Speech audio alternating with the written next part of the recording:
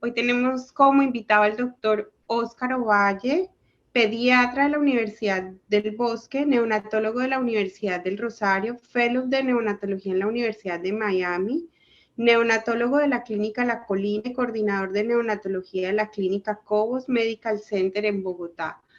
Le damos la bienvenida al doctor Óscar Ovalle y el agradecimiento a Mick Johnson, quien nos acompaña hoy como patrocinador de este evento. En la noche de hoy vamos a recibir unas palabras de nuestro patrocinador y enseguida continuaremos con la charla del doctor Óscar Ovalle.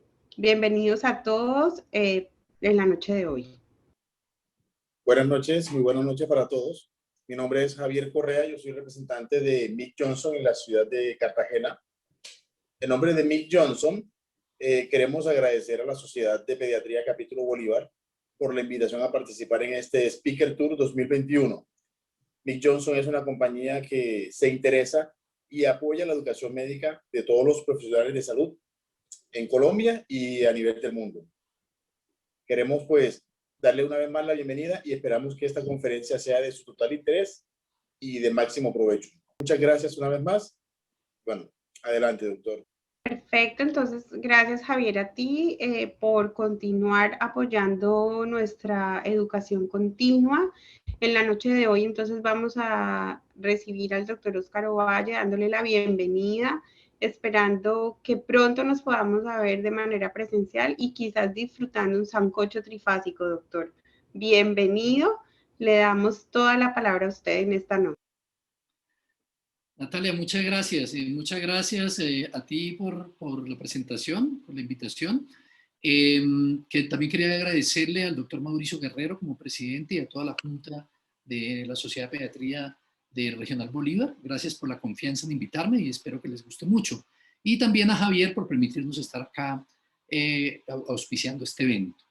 Sí, estaba comentando Natalia que estábamos conversando un poquito y decíamos que bueno, esta pandemia creo que ha sido un reto gigante para todos y algo que le duele a uno mucho es no poder estar con ustedes en Cartagena. Entonces estaba tomándole el pelo a Natalia diciéndole que les tenía la mala noticia que solamente iba a dar la mitad de la conferencia hasta diagnóstico para que me tuvieran que invitar a Cartagena los siguientes meses. Siempre es un placer ir a Cartagena. Buenos amigos, excelentes pediatras y neonatólogos, así que siempre aprendo y realmente unas personas maravillosas. El cartagenero y toda la gente de la costa son personas maravillosas, así que sí me da mucho pesar no estar con ustedes en este momento. Y decía Natalia, también me preguntaba si la situación en Bogotá, pues, si estaba siendo pues, así de dramática, y la verdad es que sí. Es muy triste, ha sido un golpe emocional durísimo para todos los que estamos aquí escuchando la conferencia en diferentes momentos, y en este momento en Bogotá la verdad es que es impresionante lo que uno ve en las clínicas diariamente. O sea, no es el momento para tocarlo, pero créanme que la situación es impresionante desde el punto de vista mental, físico y emocional para todos. Así que un reconocimiento muy grande para todos ustedes que le han puesto el pecho a esta pandemia. Los médicos, sin lugar a dudas, hemos sido las personas que hemos estado valientemente respaldando a todo el país. Así que, de verdad, un reconocimiento sincero a cada uno de ustedes que están salvando vidas diariamente. Bueno, vamos a hablar entonces de manejo de bronquiolitis en recién nacidos, y es un tema bien importante porque con mucha frecuencia, si ustedes se fijan acá, miren estos datos. Solo en Estados Unidos, por virus incital respiratorio, se presentan 700,000 casos de bronquiolitis por año. Y de eso la tercera parte, imagínense, la tercera parte, o sea, un 30%, requieren hospitalización. La bronquiolitis afecta el 10% de los lactantes y de estos 15 a 20% requieren ingreso hospitalario. O sea, es una entidad impresionantemente frecuente y seguramente estos par de años, debido a que hemos estado todos confinados, ha habido una reducción al respecto, pero esperamos que no vaya a haber un efecto rebote ahorita con pues, la salida y pues, todo el mundo tratando de reactivar la parte social y la parte económica, pues que la necesitamos, pero hay que tener cuidado porque seguramente vamos a tener auge nuevamente de virus como sincitial, adenovirus, etc. Y la bronquiolitis es la causa más frecuente de ingresos hospitalarios en menores de 1 año. O sea, es un tema que todos los días necesitamos. Y este es la epidemiología en pacientes en el sur de Europa. Y es muy parecido a lo que ustedes vieron en Estados Unidos. Menores de 2 años, miren, un 18.5%, o sea, cogieron todos estos y miren lo que encontraron. Que el 18.5% de esos niños que eran prematuros, el 12.2% tenían peso bajo al nacer y el 21.1% eran menores de un mes. O sea, en pocas palabras, es muy frecuente que los neonatos se compliquen con bronquiolitis. Y si ustedes se fijan, miren, los niños consultaron con apneas. O sea, el recién nacido, casi que su síntoma con el que debutan es apnea. Así que es muy importante la bronquiolitis en recién nacidos, en infantes menores, y los niños empiezan a dejar de comer bien, los niños presentan, miren lo que presentan sobre infección bacteriana, que ustedes lo van a ver ahorita, en un 13.3% de los recién nacidos que hacen bronquiolitis. Así que realmente es un reto bien grande aprender bronquiolitis, y a veces uno queda con un sinsabor porque uno dice, pucha, es terrible, pero resulta que nada sirve, más o menos, ¿no? Entonces, hoy vamos a tratar de mostrar, de mirar qué sirve y realmente qué no sirve. Entonces, miremos a ver qué medicamentos sirven, y a mí me encanta este consenso italiano. Fíjense que es en recién nacidos, y no hay muchos que sea solamente en recién nacidos. Y unido con este español que es muy bien, que es el de Carbonell, que es de Barcelona, creo que les voy a poder mostrar varias cosas para que ustedes podamos ir avanzando rápidamente. Entonces, miren, primero, los broncodilatadores. No se recomienda el tratamiento de broncodilatador de beta 2 en forma sistemática en recién nacidos. Bromuro y patropio tampoco sirve. La adrenalina nebulizada tampoco sirve. No se recomienda la administración de santinas o terbutalina. Y esto son metaanálisis, y esto es un nivel de evidencia grande. Entonces, el primer mensaje que quiero dejar de esta conferencia, amigos, es que no le tengamos miedo a no utilizar todas estas cosas. Les voy a contar una anécdota. Yo estuve en una unidad mucho tiempo, una unidad muy grande que manejamos pacientes muy críticos, y luego cuando entré a otra unidad, o sea, seguía en esa, pero fui a otra unidad, encontré un grupo nuevo, y en ese grupo nuevo se utilizaba una cantidad de medicamentos como estos: beta 2, adrenalina, hasta furosemida. Bueno, se utilizaban diferentes medicamentos. Y les pedí la oportunidad de que me dejaran mostrarles que no hay un cambio en la mortalidad, y tampoco ni en los días de estancia, ni nada. Y lo hicimos juntos y nos dimos cuenta de que no. Pero cuando inicialmente empezamos a trabajar juntos, se utilizaba esteroides, casi todos los niños que llegaban con una bronquiolitis importante, todos hidrocortisona o metilprednisolona. Se utilizaba beta 2 en micronebulizaciones a todos los bebés, y realmente no marca la diferencia. Es decir, quiero que tengan la tranquilidad, y es una solicitud que les pido, que simplemente lo evalúen y tengan la tranquilidad de que no va a cambiar el rumbo. O sea, en pocas palabras, no broncodilatadores, no bromuro y patropio, no adrenalina, no santinas, en recién nacidos no te marcan ninguna diferencia. Aquí tenemos entonces, aquí está la solución salina hipertónica, que pareciera que en este consenso dice que sí. La RH-dornasa en pacientes con bronquiolitis, que es muy costosa. Nosotros la hemos utilizado en algunos pacientes displásicos severos. Es verdad que es muy útil en pacientes cuando tienen atelectasias de esas recurrentes y persistentes, pero en casos de displasia. En casos de bronquiolitis realmente no marca diferencia. Los mucolíticos, todo lo que vean ustedes con la flecha hacia abajo, es que no sirve. Los mucolíticos, no se recomienda el uso de mucolíticos, antitusígenos, descongestionantes en recién nacidos. No se recomiendan antihistamínicos, descongestionantes orales, tanto orales como en la unidad de cuidado intensivo. No se recomienda el uso de furosemida. Hubo un tiempo que empezó de moda, no sé si a ustedes en Cartagena en algún momento les pasó, pero por lo menos en Bogotá hubo una moda de furosemida nebulizada. No, eso es buenísimo. Empezaron en adultos, se pasó a niños, y como las terapeutas respiratorias trabajan en adultos, en niños y en recién nacidos, entonces empezamos a ver eso. No funciona la furosemida. Bueno, y la evidencia es suficiente para recomendar en forma sistemática el surfactante, aunque al final les voy a mostrar en qué casos. ¿Vale? Y Montelukast, no se recomienda el tratamiento con Montelukast en los pacientes con bronquiolitis aguda. O sea que si ustedes se fijan, utilizamos una cantidad de medicamentos que no sirven, pero ojo, que sí generan una cantidad de eventos adversos. Si tú tienes un niño con salbutamol, ese niño hace taquicardia, ese niño empieza a producir emesis, terminas tú pasando sonda y a veces hasta colocando líquidos endovenosos, y eso implica a veces mayor riesgo de infección. Entonces, En pocas palabras, no sirven los beta-2, la adrenalina también tiene eventos adversos en los recién nacidos sin necesidad, y pues sin ni hablar de la aminofilina, de otros medicamentos. Así que el primer mensaje que quiero decir es que en estos consensos italiano y español, y en muchos artículos que uno revisa, se da cuenta que ni beta-2, ni adrenalina, ni furosemida, ni aminofilina, nada, ninguno de esos medicamentos funciona en bronquiolitis en el recién nacido, ¿okay? O sea, en el primer mes de vida. No se debe utilizar antibióticos de forma rutinaria en bronquiolitis aguda, ¿de acuerdo? Y ya voy a mostrarles en qué caso se hace. Y ojo, no existe suficiente evidencia para el valor de los macrólidos, porque entonces empezó, no, pero es que el macrólido además tiene un efecto antiinflamatorio. Y incluso, eso no es nuevo. Yo me acuerdo cuando yo estuve en una institución a la cual quiero mucho y excelente en Bogotá, y me acuerdo que una persona que para mí sigue siendo un referente en cuidado intensivo pediátrico en el país y lo es en Latinoamérica, ellos utilizaban muchísimo en piso macrólidos con la teoría de que eran antiinflamatorios. Sin embargo, en recién nacidos no tienen ningún tipo de utilidad. Cuando existe, y uno siempre encuentra la excusa, ¿no? Entonces uno dice, no, pero es que de pronto es un virus atípico, ¿sí? Y me acuerdo que en esa época le hacían incluso pruebas para encontrar algunos gérmenes atípicos, y cuando salía negativo, no, es que la sensibilidad no es buena.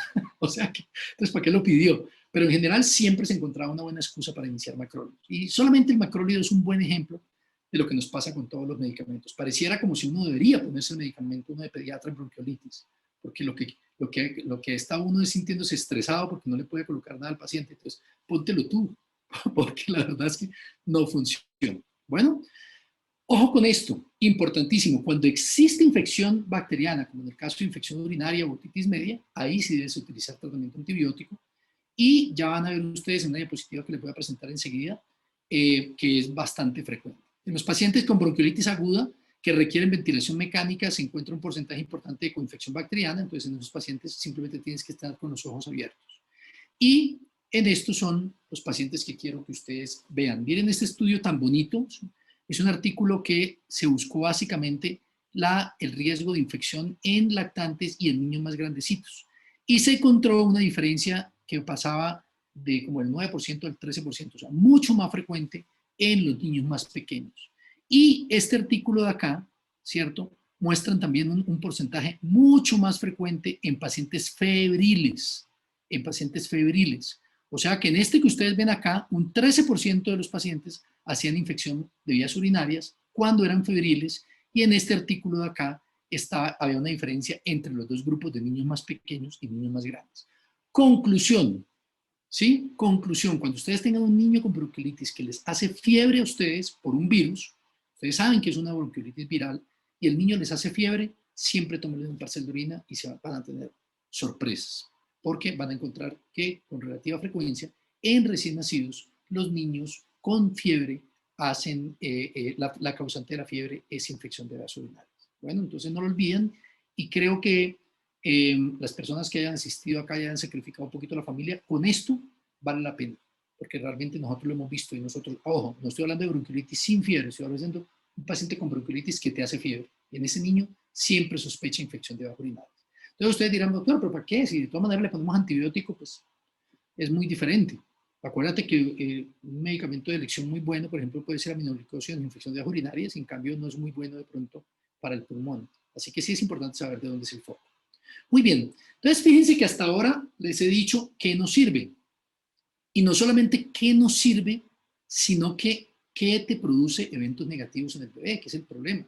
Bueno, entonces ahora vamos a mirar qué sirve. Entonces miren, esto que suena una tontería, que es aspirar las secreciones respiratorias de los recién nacidos, ¿cierto? Es una cosa que marca la diferencia, y que a veces en los recién nacidos lo hacemos como con miedito, porque, ay, no, hay que, aplícale, mamá, aplícale 0.5 centímetros, y resulta que la solución salina funciona mecánicamente. Así que es muy importante hacer lavados nasales y explicarle a la familia que es la forma como actúa. No son goticas, son lavados de suero fisiológico. Bueno, es muy importante la alimentación con sonda nasogástrica en los pacientes que tienen dificultad respiratoria, porque ese niño se puede broncoaspirar. Entonces, es bien importante que estos niños aumentan el reflujo, que es normal en el recién nacido, o no normal, frecuente en el recién nacido. Entonces, por eso es importante que tú fracciones, que tú uses una sonda si el niño tiene mucha dificultad. Y la otra cosa que es importante es el estado de hidratación. Así que, en pocas palabras, fíjense, aspirar las secreciones respiratorias, un buen estado de hidratación, utilizar sonda nasogástrica y si es necesario utilizar líquidos endovenosos. Bueno, entonces esas son cosas, medidas generales que son bien importantes. Y aquí, eso era lo que yo les decía, miren cómo estamos lavando con esta cantidad de suero fisiológico y miren cómo el niño bota esa cantidad de secreciones. Todo esto es lo que te produce tos al nene. Todo eso es lo que, este es un niño recién nacido nuestro, ¿ah? Entonces, todo eso, miren, mira la cantidad de solución salina que estamos utilizando. ¿De acuerdo? Ya van 2 jeringas. Entonces, lo tenemos sentado el bebecito, ¿cierto? No hay posibilidad, pues, que vaya vía respiratoria alta y hacemos el lavado nasal y el niño queda con su nariz limpia y eso hace definitivamente que el bebé tenga limpieza de la nariz y eso hace que el niño se sienta mucho mejor, disminuye la tos, disminuye las secreciones y la dificultad respiratoria. Muy bien. Entonces, una cosa es ese lavado nasal, otro, miren la administración de líquidos y entonces se recomiendan los líquidos endovenosos cuando tú tienes una frecuencia respiratoria por encima, perdón, una sonda orogástrica cuando tú tengas una frecuencia respiratoria por encima de 60. Y a mí me encantan los datos que son concretos, porque si no uno termina yéndose, ah, sí, qué dificultad, ¿qué dijeron? No, no, lo mismo de siempre. No, este es un buen dato. Y yo quiero que ustedes se concentren en esto. El NICE, Academia Americana de Pediatría, la española, la finlandesa, la canadiense, la italiana. Estas son las sociedades más importantes en el mundo dando este tipo de recomendaciones. Entonces, oxígeno, lo tenemos claro que sí. Alimentación enteral es una muy buena recomendación que si tienes una frecuencia respiratoria por encima de 60, mejor coloca una sonda y alimentes al niño por un tiempo con sonda, para que no se te vaya a broncoaspirar. Bueno, esto de rutina no es necesario, respirar succionando la vía respiratoria alta. Y el CPAP, si ustedes se fijan, miren la carita feliz, tanto en la administración de sondas orogástricas como en el CPAP. El CPAP es una terapia muy útil en bronquiolitis. Y yo creo que en el pasado no se nos hubiera ocurrido mucho porque decíamos, pero ¿cómo así? El CPAP sobredistiende el alveolo. ¿Cómo así que el CPAP me sirve para bronquiolitis? ¿Cierto? Como que hubiéramos pensado que más pepino advertido. No, es una muy buena idea porque lo que hace es, como la bronquiolitis produce aumento de la resistencia porque hay una disminución del diámetro, lo que hace esto es aumentar y disminuir la resistencia a la vía aérea. Bueno, y aquí ya como ustedes vieron, corticoides inhalados no, corticoides sistémicos no, y adrenalina tampoco. ¿Cuáles son las terapias posibles según todas estas sociedades? Lo que ya acabamos de hablar, y entonces vamos a hablar de algunas ya más específicamente. Una es la solución salina hipertónica, ¿cierto? Que en algunas de estas sociedades se considera que puede reducir, ¿cierto? La hospitalización de estos pacientes, y hay otras en las que se considera que no. Los antibióticos ya sabemos que no en forma sistemática para todos, sino en algunos casos, y por ejemplo en otitis y en infección de vías urinarias, y vamos a hablar un poquitico de algunas cosas nuevas como cánula nasal de flujo y Heliox. Muy bien, de solución salina hipertónica, es muy importante este artículo en el que se compararon ambas cosas, se realizó una prueba aleatorizada y no se encontraron diferencias en la estadía de los pacientes ni en la readmisión. O sea que en este artículo no se encontró. Y en esta revisión de Cochrane, ¿cierto? Comparando solución salina hipertónica con nasal, fíjense que se encontró una reducción en la estancia hospitalaria en los pacientes que recibían solución salina hipertónica y una reducción en el score de severidad, pero no hubo ninguna disminución en entrada a cuidado intensivo, en mortalidad o en necesidad de ventilación mecánica, y estos estudios mostraron básicamente eso: menos estancia hospitalaria, menos severidad, mejor saturación en los primeros minutos, y no se encontró diferencias en frecuencia respiratoria ni tampoco en ventilación mecánica. Y aquí hay otro artículo en el cual comparan solución salina normal con solución salina más adrenalina y solución salina hipertónica, solución salina hipertónica más adrenalina y solución salina igual también con adrenalina. Y no se encontraron diferencias entre solución salina hipertónica y más adrenalina y solución salina normal y adrenalina. O sea que en pocas palabras, a pesar de que es controversial, seguramente algunos de mis compañeros podrían decir acá, no, yo sí encontré evidencia, la solución salina hipertónica en algunos consensos es recomendada, pero no es conclusiva de que sea aún mejor que la solución salina normal, a pesar de que nosotros los neonatólogos y los pediatras la estamos usando con más frecuencia. Sulfato de magnesio. Sulfato de magnesio, esto lo encontré yo en un journal indio. Me tocó ir a buscarlo por alguna pregunta que me hicieron en alguna conferencia, y básicamente no se encontró diferencias entre el tiempo de uso de oxígeno, ni tampoco en la estadía en el hospital, ni tampoco en el soporte ventilatorio. A pesar de que no es un estudio muy grande, fue el que encontré, y no se encontró diferencias con sulfato de magnesio, porque tú sabes que ahora son muchas modas, ¿no? Entonces aparece el sulfato de magnesio y empieza todo el mundo a utilizarlo. En niños más grandes podría ser, en recién nacidos no hay una respuesta.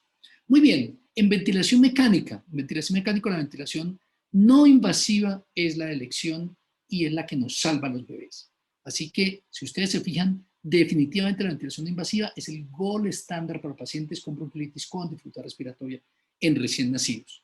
Y entonces, para eso, lo que hicimos nosotros fue que hicimos un consenso entre la Sociedad de Neumología Pediátrica Colombiana y la Sociedad de Neonatología ASCON. Hicimos ese consenso de expertos, aquí están todos ustedes, estos compañeros que los conocen perfectamente.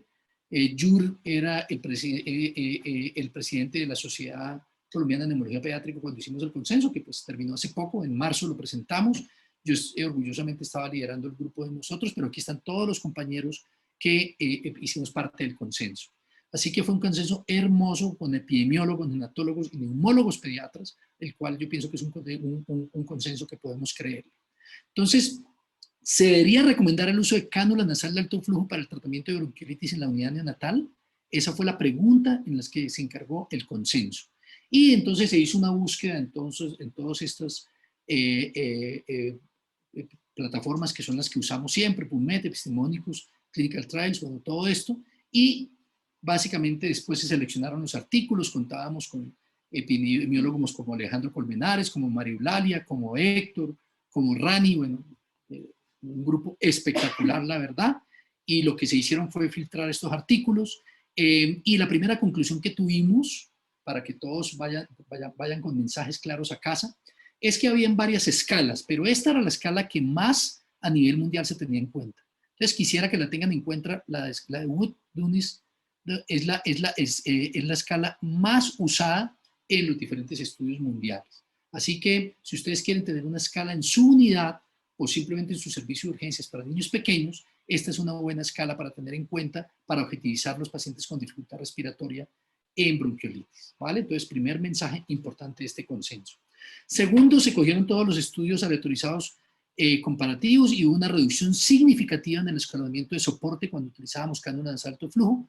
No reducía la necesidad de soporte en ventilación mecánica, pero producía una mejoría significativa en variables fisiológicas y puntuaciones clínicas. No modificaba la necesidad de ingreso a unidad de contención neonatal ni UCI pediátrica y generaba un buen perfil de seguridad. O sea que en conclusión, eso fue lo que encontramos en los estudios aleatorizados, que realmente no habían tantos estudios en recién nacidos. Y los estudios observacionales mostraban que no reducía la necesidad de soporte de ventilación mecánica invasiva, pero producía una reducción en la necesidad de ventilación no invasiva, es decir, que los niños tuvieran que ser llevados a ventilación con frecuencia, y había una mejoría significativa en desenlaces fisiológicos y un buen perfil de seguridad. O sea que en pocas palabras, la recomendación del consenso, teniendo en cuenta los estudios observacionales y aleatorizados, era que se recomendaba el uso de cánula nasal de alto flujo para el manejo de bronquiolitis en neonatos con grado de severidad moderada. Y era una fuerza de debilidad débil a favor de la recomendación. Así que la cánula nasal de alto flujo, ¿sí?, como una forma de ventilación no invasiva, es una estrategia útil para reducir la severidad de la dificultad respiratoria en recién nacidos con bronquiolitis. Es bastante útil, ¿cierto? Y a pesar de que los estudios, uno quisiera tener más evidencia, pero la mayoría de los estudios eran mezclados niños con neonatales. Incluso metimos un estudio uruguayo y metimos un estudio español porque eran estudios específicamente en recién nacidos. Así que no hay tanta evidencia, y esta es una invitación a ustedes, que son los que ven todo el tiempo recién nacidos con bronquiolitis y niños con bronquiolitis, para que hagamos estudios en los cuales aportemos evidencia a la literatura mundial. Yo estoy seguro que si se hace una unión, por ejemplo, de la Sociedad de Bolívar, que son tan juiciosos, estoy seguro que en un par de estaciones de picos respiratorios se podría hacer un estudio maravilloso. Muy bien, las consideraciones finales entonces fue que a pesar de que no haya estudios aleatorizados y controlados publicados y realizados solamente en neonatos, los estudios observacionales son claros en demostrar la utilidad que tiene el uso de cánulas de alto flujo comparado con la terapia convencional. Bueno, una conclusión importante. Segundo, no olviden que se debe considerar el uso de cánulas de alto flujo cuando tengamos el criterio como un más de 6 puntos en la escala de Wood-Dunis-Ferris, que es la modificada de Ferris. O cuando tengamos una necesidad de oxígeno por cánula de bajo flujo mayor de 2 litros, que aquí ya se vuelve cánula de alto flujo, para lograr una saturación mayor de 92, o que tengamos una acidosis respiratoria con una CO2 por encima de 50 en los gases arteriales o en presencia de apneas. Entonces ustedes dirán, no, momentico, la verdad es que yo no le doy la oportunidad. Yo si veo tengo un niño con apnea, de una vez lo ventilo. No. En recién nacidos responden muy bien a la cánula de alto flujo para la disminución de las apneas. Y también en el CO2. Vemos una disminución significativa. Nosotros hicimos un estudio muy bonito en Colina y teníamos transcutáneo de CO2 colocado en forma no invasiva en los bebés y vimos cómo se reducía el CO2 en los pacientes que tenían ventilación no invasiva, o sea, cánula nasal de alto flujo. Y, ojo, siempre tiene que hacerse con un equipo adecuado. Si usted lo hace con una cánula de alto flujo, hechizo, simplemente, no, que le coloca la cánula y le subo y le sello, ahí no estás utilizando las cosas adecuadamente y puedes producir más eventos negativos. Entonces, es muy importante de que usemos la cánula de alto flujo de la forma como el proveedor de tu compañía te lo recomienda. No olviden que esta es la definición. Si bien la literatura considera alto flujo por encima de 1 a 2 litros, se sugiere utilizar realmente a partir de ahí 2 litros es cuando hablamos de cánula de alto flujo. Hay una realmente disminución de los parámetros fisiológicos, eso significa frecuencia respiratoria, frecuencia cardíaca, disminución de la concentración de oxígeno y del CO2 y una mejoría en el puntaje de esta escala. Y la otra cosa importante es que hay una mejoría mucho más rápida en frecuencia cardíaca, en frecuencia respiratoria, antes de empezar a pensar en utilizar unos métodos más invasivos. Una cosa muy importante en cánula de alto flujo en recién nacidos con bronquiolitis es que realmente uno ve que es muy seguro. Estos niños no hacen realmente daños en la nariz. Estos niños pueden que hagan un poquito, pues si es un prematuro o algo, puede ser que haga un poquito de distensión gástrica, pero en general no es que te induza emesis o cosas muy graves. Al contrario, los niños toleran mucho más la vía oral, los niños dejan de perder peso y los niños se alimentan mucho más fácil. Así que definitivamente no ve uno eventos adversos con el uso de la cánula de alto flujo. Uno podría decir, pero un momentico, usted ponerle alto flujo, que es CPAP a un niño con bronquiolitis, que produce sobredistensión, no será peligroso que produzcan neumotórax. Realmente lo que más te produce neumotórax a ti es el PIP disparando a un paciente. Realmente el CPAP no se relaciona con neumotórax y tampoco en bronquiolitis. Así que en conclusión es una terapia segura, es una terapia útil en reducir la dificultad respiratoria y es muy buena en recién nacidos. Este es simplemente para decirles que fue el estudio que nosotros hicimos con Tatis, con Erika y con todo el grupo de La Colina, 84 pacientes que tuvimos con cánula de alto flujo, fue muy bien tolerada y realmente no tuvimos ningún paciente que tuviéramos que llevarlo a ventilación mecánica invasiva de los 84 pacientes que tuvimos en cánula nasal de alto flujo. Así que realmente es una terapia bastante útil, la cánula de alto flujo para utilizar en recién nacidos con bronquiolitis. Todos sobrevivieron, ninguno requirió intubación ni ventilación mecánica y ninguno presentó neumotórax. Los niños estuvieron hospitalizados en promedio 12 días y muchos, no alcanzo a ver acá, pero se alimentaron con sonda inicialmente y luego se pasaron a succión. Los signos vitales de ingreso en promedio bajaron muchísimo respecto luego de la hora respecto al inicio. Y si ustedes se fijan acá, miren cómo la frecuencia respiratoria bajó, de frecuencia respiratoria de 65 a 48 en promedio, y lo mismo la frecuencia cardíaca, de 175 a 155. Así que en nuestra experiencia en la clínica encontramos que la cánula de alto flujo también era bien útil para nosotros. Muy bien. O sea que hasta este momento de la conferencia, ¿qué llevamos? Primero, es una patología muy frecuente. Segundo, en recién nacidos es peligrosa. Es decir, los niños tienes que monitorizarlos, tienes que estar pendiente de ellos, tienes que hospitalizarlos, porque esos niños te debutan con apneas y se te complica.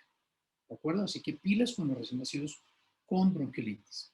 Cuarto mensaje importantísimo para que valga la pena la conferencia a esta hora, es que muchas de las terapias que usamos no funcionan. Uy, no, ¿qué dijeron? No, que nada sirve. No, es muy importante entender eso. No vale la pena que utilices esteroides sistémicos, metil, hidrocortisona, etcétera. No vale la pena que utilices beta-2, no vale la pena que utilices adrenalina, ni esteroides sistémicos, ni nebulizados, ni sulfato de magnesio. Es muy importante que esos medicamentos no funcionen, ¿de acuerdo? Es muy importante hidratar a los niños, es muy importante utilizar cuando los niños tienen una frecuencia por encima de 60, colocar sonda orogástrica para que no haya broncoaspiración. Es muy importante realizar lavados nasales, como lo vimos, con lavados mecánicos para barrer toda la vía respiratoria alta del bebé. Es muy importante, si el niño hace fiebre, sospechar infección de vías urinarias y tratarla, ¿sí?, en recién nacidos. Y es muy importante cuando utiliza solución salina hipertónica o solución salina normal, que cualquiera de las dos cosas la puedes usar. No se ha demostrado que sea superior la solución salina hipertónica, pero tampoco se ha encontrado que sea superior la solución salina normal. Así que para los que están a favor de una u otra, lo pueden hacer sin ningún problema. Porque una vez lo que traduce es, no, que la solución salina hipertónica no sirve. No estamos diciendo eso, estamos diciendo que no es superior, ¿de acuerdo? Pero ambas funcionan. Y estamos diciendo que el CPAP en forma de cánula nasal de alto flujo es el gold estándar, a pesar de que tengamos poca evidencia en recién nacidos, porque reducen la severidad, porque mejoran las apneas, el CO2 y reduce el tiempo de hospitalización y disminuye la escala de severidad más frecuente que usamos. Muy bien, eso es lo que llevamos hasta este momento con cánula nasal de alto flujo. Y ahora vamos a hablar simplemente de algunas cosas interesantes. Este es el Heliox, que ustedes lo usan más en niños más grandecitos. Y bueno, ¿por qué funciona el Heliox? Pues resulta que es que, si ustedes recuerdan la fórmula de Poiseuille, la resistencia es directamente proporcional con la viscosidad, con la densidad, con la longitud y directamente proporcional con el diámetro, ¿cierto? ¿Se acuerdan? Esa es la fórmula de Poiseuille. O sea, si tú tienes un diámetro más grande, tienes menos resistencia. Si tienes un tubo más largo, tienes más resistencia, ¿cierto? Eso es tomado de acá. Pero hay una cosa que nosotros no le paramos muchas bolas, que es la densidad.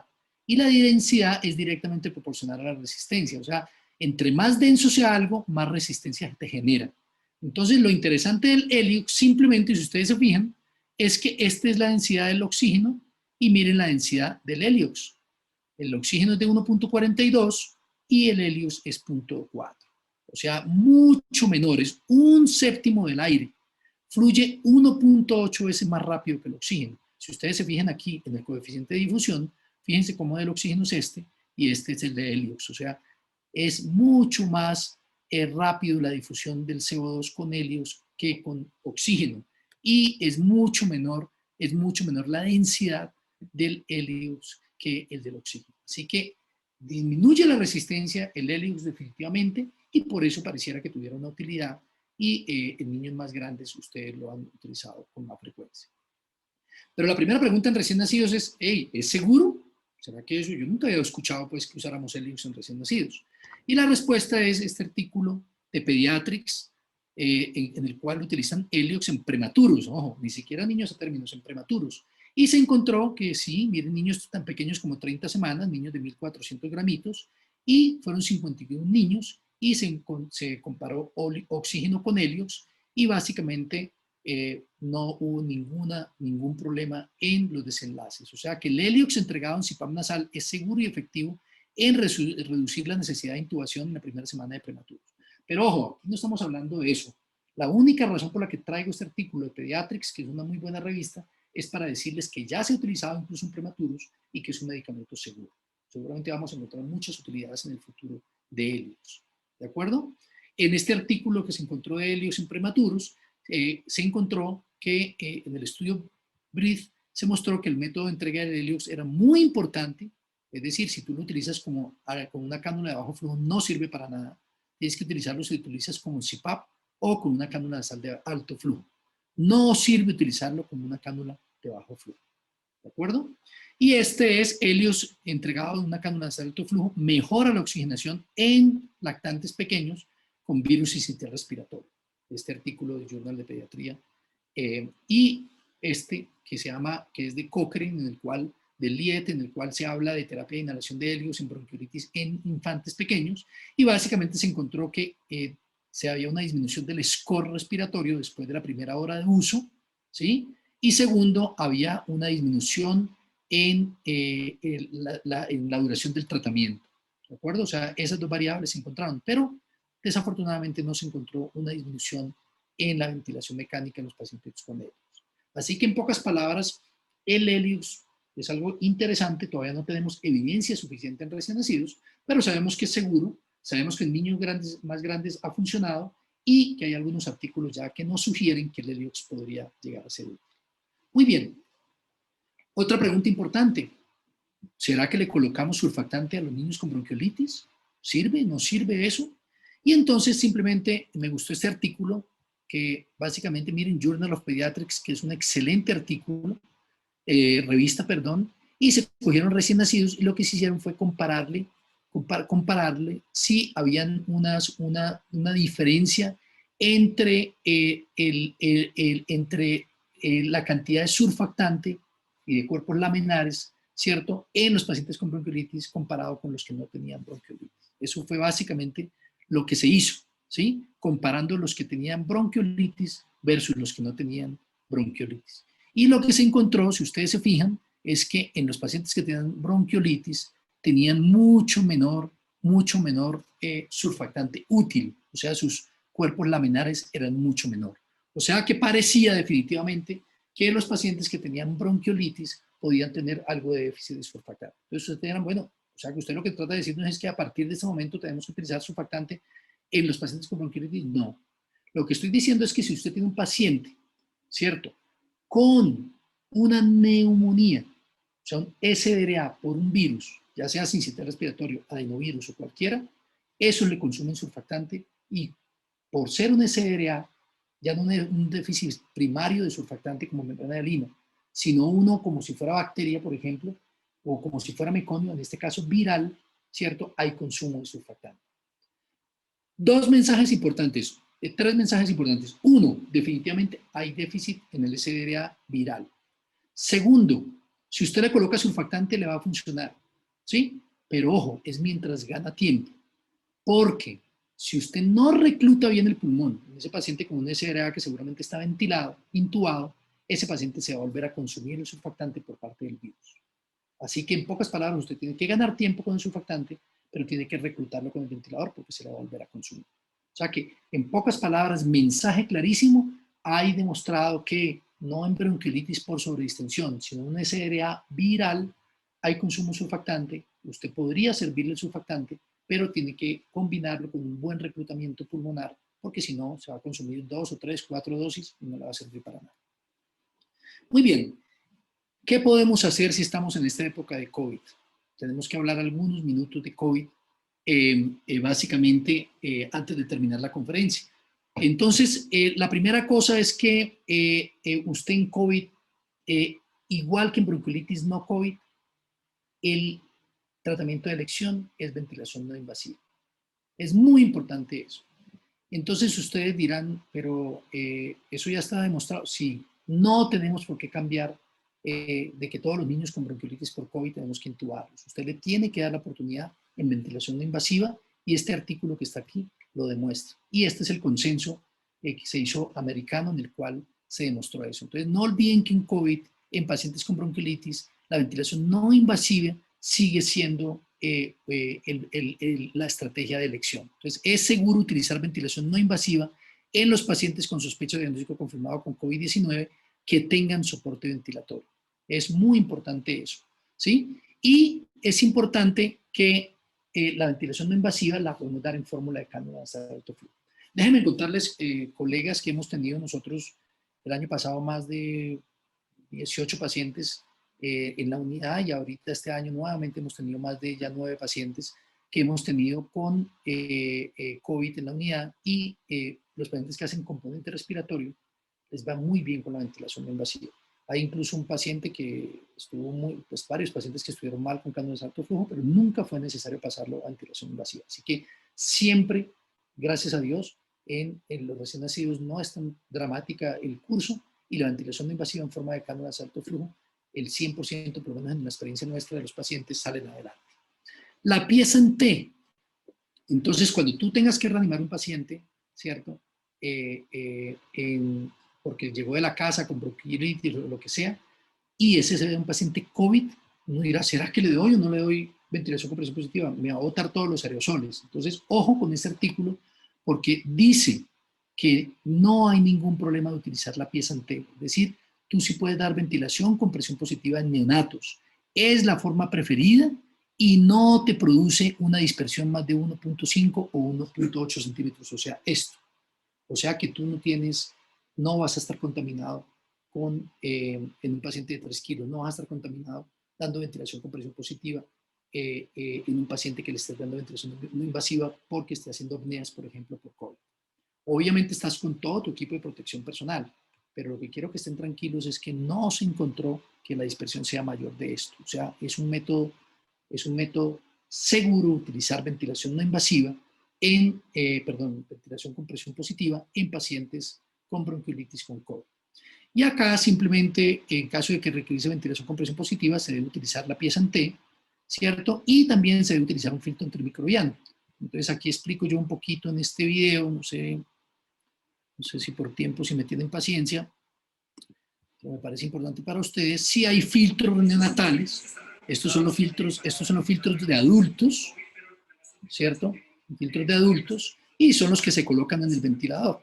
Pero cuando usted da la ventilación con presión positiva, entonces usted pone esta nariz de camello textualmente. La vende Drager, la venden muchos de los dispositivos. Es una nariz de camello y la nariz de camello funciona como un filtro de bacterias y de virus. Miren, ahí lo estoy mostrando. Y de virus. Entonces usted lo coloca pegado a la pieza en T.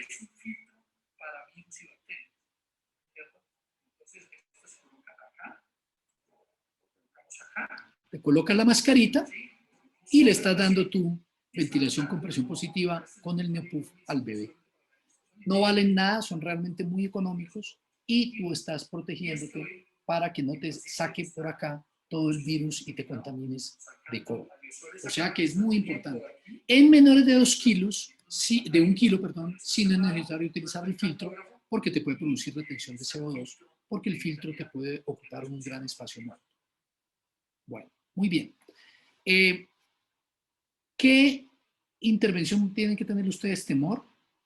La intubación endotraqueal. La intubación endotraqueal por excelencia es la que más te puede producir a ti aerosoles en el caso de que estés tú intubando a un paciente con bronquiolitis secundaria a COVID. Entonces, tengan cuidado, tengan todo su equipo de protección personal porque la intubación sí es la más peligrosa de todas. Miren que es 3 veces más probable durante una intubación que con una ventilación con presión positiva. La otra cosa importante es que, miren, esto soy yo dando surfactante. Pues obviamente nosotros los neonatólogos tenemos el acrílico, la incubadora, que es una maravilla.